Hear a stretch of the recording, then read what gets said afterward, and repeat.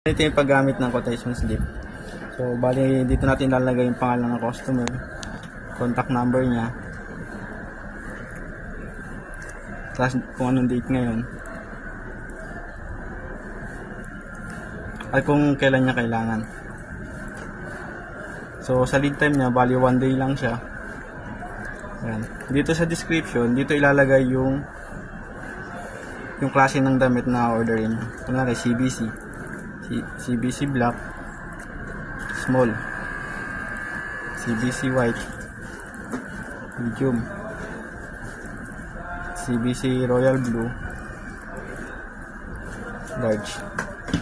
Dito sa quantity, dito mo ilalagay kung ilan yung order ng customer. Kunwari 3, sa medium 7, ay 4, ito pala ito.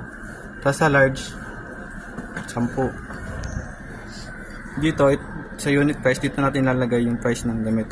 So bali 130 siya kada isa. Sa amount, ito yung total ng amount ko, ilan yung makukuha niya per size na damit. So bali gagamit tayo ng calcu. 3 times 130. So bali 390 siya. 7 times 130 plus 19. 10 times 130 cash 13. So bali gusto ng customer magdagdag lang with print, so dito natin siya ilalagay. Nakuha niya is A4, so yan po, DTF A4. Bali 20 rin po siya. Ang price is 150. 20 times 50. Yan po siya, yung print total. So, bali na-compute na natin. Dito na natin ilalagay lahat sa total. Kung magkano lahat ng order niya.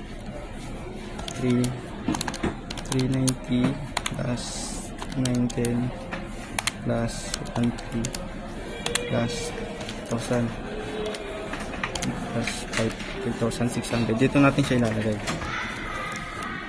Dito sa quoted by, so sino yung nag-quote?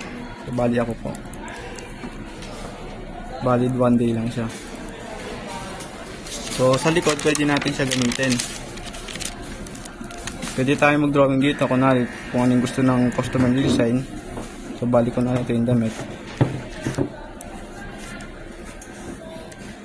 So bali ganyan siya. Kung gusto ng customer, bali sa front lang siya ilalagay.